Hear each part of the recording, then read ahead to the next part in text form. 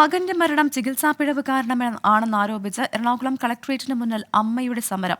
പടമുകൾ സ്വദേശി ജിൻസന്റെ മരണത്തിന് ഉത്തരവാദികൾ ആയവർക്കെതിരെ നടപടി ആവശ്യപ്പെട്ടാണ് മാതാവ് മെറീന വർഗീസിന്റെ പോരാട്ടം.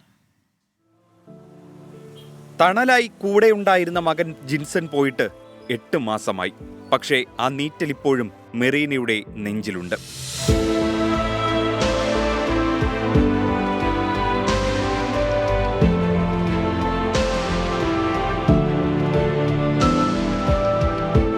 കഴിഞ്ഞ വർഷം ഏപ്രിൽ 21-നാണ് 47 വയസ്സുള്ള മകൻ ജിൻസന് കളമശ്ശേരി മെഡിക്കൽ കോളേജിൽ വെച്ച് ജീവൻ നഷ്ടമായത്. വാഴക്കാലയിൽ തട്ടുകട നടത്തുന്ന ജിൻസന്റെ തുടഭാഗത്ത് വന്ന മുഴ നീക്കം ചെയ്യാൻ 3 ദിവസം മുമ്പാണ് ആശുപത്രിയിലെത്തിയത്. ഡോക്ടറുടെ നിർദ്ദേശപ്രകാരം ശസ്ത്രക്രിയ നടത്തി. അതിനുശേഷം വാർഡിലേക്ക് മാറ്റി. പിന്നീടാണ് പ്രശ്നം തുടങ്ങിയത്.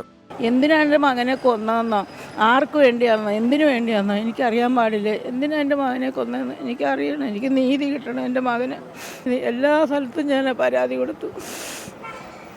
കയറി ഇറങ്ങി നടക്കുക. ഇങ്ങനെ 8 സ്ഥലത്തും പല പ്രാവശ്യം, ഒരു പ്രാവശ്യമല്ല പല പ്രാവശ്യം പരാതികൾ കൊടുത്തിട്ട് ഒരു തീരുമാനവും ആക്കുന്നില്ല അവർ.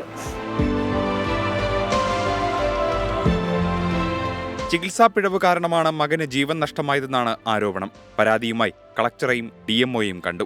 DMO മെഡിക്കൽ കോളേജ് പ്രിൻസിപ്പലിനോട് അന്വേഷിച്ച് റിപ്പോർട്ട് നൽകാൻ ആവശ്യപ്പെട്ടിട്ടുണ്ട്. പക്ഷേ അതും ഇഴയുകയാണെന്ന് മെറീന ആരോപിക്കുന്നു. ചില സാമൂഹിക പ്രവർത്തകരും മഹിളാ കോൺഗ്രസ് ഭാരവാഹികളും മാത്രമാണ് മെറീനയെ പിന്തുണയ്ക്കാനുള്ളത്. വാർദ്ധക്യ പെൻഷൻ പോലുമില്ലാതെ, തണലായി ആരുമില്ലാതെ മകന്റെ മരണത്തിന് ഉത്തരവാദികളായവരെ വെളിച്ചത്ത് കൊണ്ടുവരാനുള്ള പോരാട്ടത്തിലാണ് മെറീന വർഗീസ്. 24 കൊച്ചി.